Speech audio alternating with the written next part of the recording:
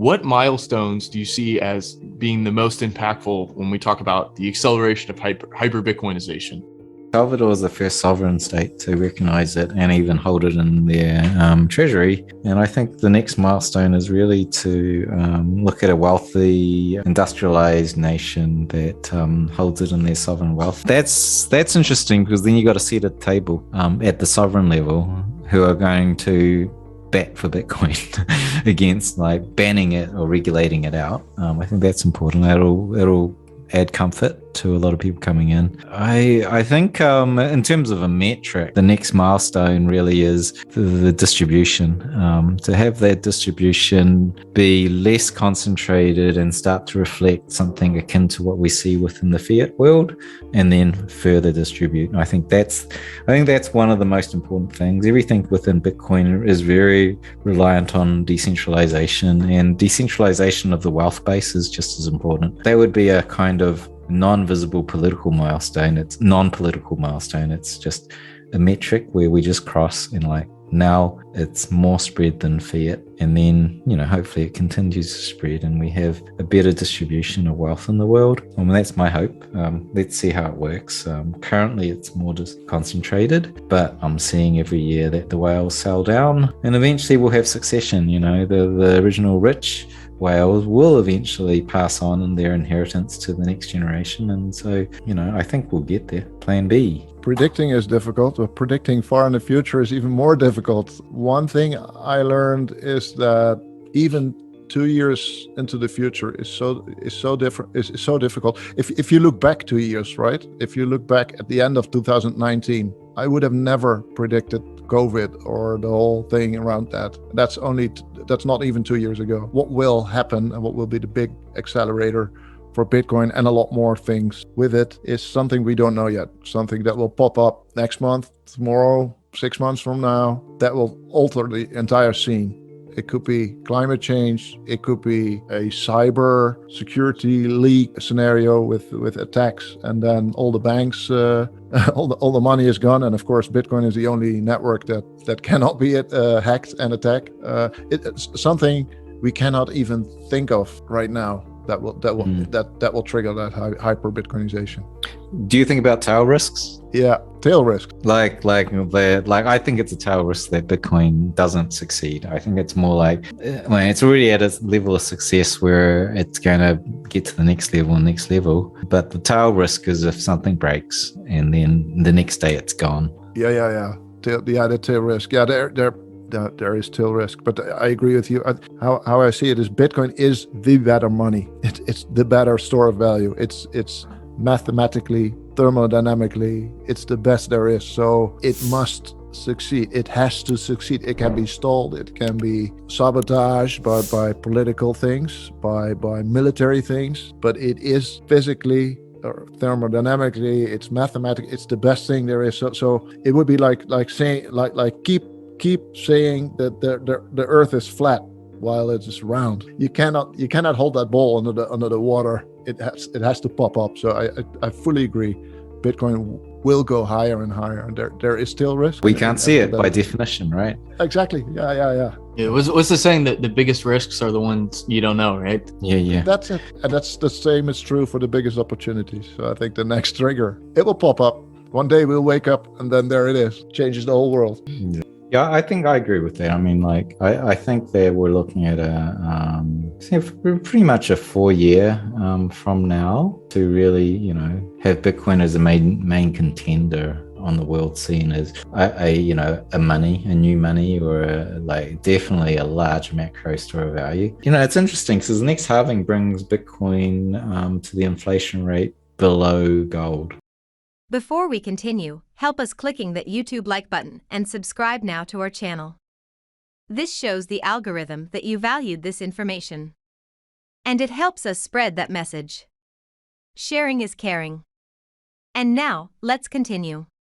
When I talk about the cycles, I think we agree on the destination, where it's going. I think there's just different views on the shape of the chart whether or not we have the painful 1 year drawdown of 80%. And I think that's the difference of it is how, and a lot of people have said, does it invalidate stock to flow? Well, of course it doesn't, because that's just based on the scarcity valuation, which doesn't change. It's just how does the price sort of meander in its shape, which is, it's a very important point for people who want to time the market and want to sell the top, like, I did, Plan B did for 50%. And it's interesting, Willy. It means we're back at the risk measure point, right? It's how do we, and the options in there.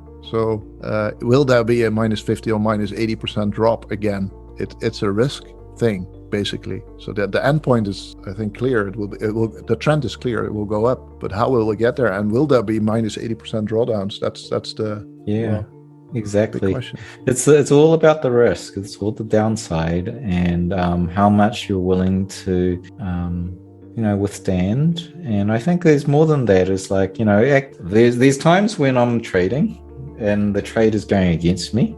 And I know it's going to swing back because I've got the fundamental data that's like very, very strong. And I'm like, well, it's going to swing back, but I will sell down my position to mitigate the downside risk.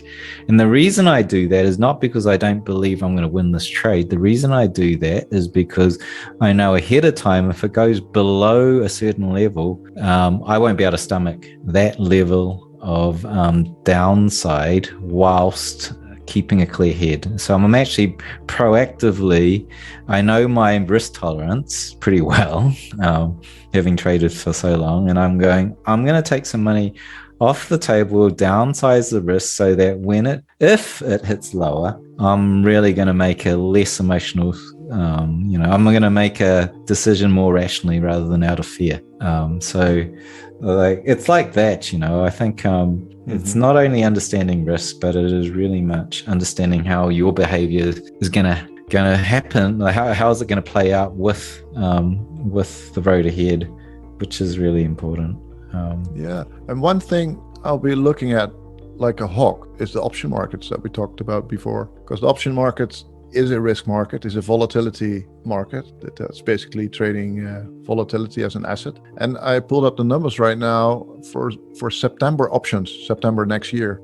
So a year from now, almost, the implied volatility is still above a 90%, between 90 and 100% implied volatility. And I guess if or when the markets, because both of us can be right? If the super cycle, the hyper Bitcoinization sets in, and the market is convinced it will go without those minus 50% or 80% drops, then that implied volatility in the option markets will be the very first signal, because they are directly trading that as an asset, where the implied volatilities will drop. That's what I think. And right now they're at 90, 100. So that's really high. Do you want to know one thing about crypto? I made over 3,000% in profit in a few weeks. Fact is, the traditional financial system, the traditional money system makes you poor, not rich.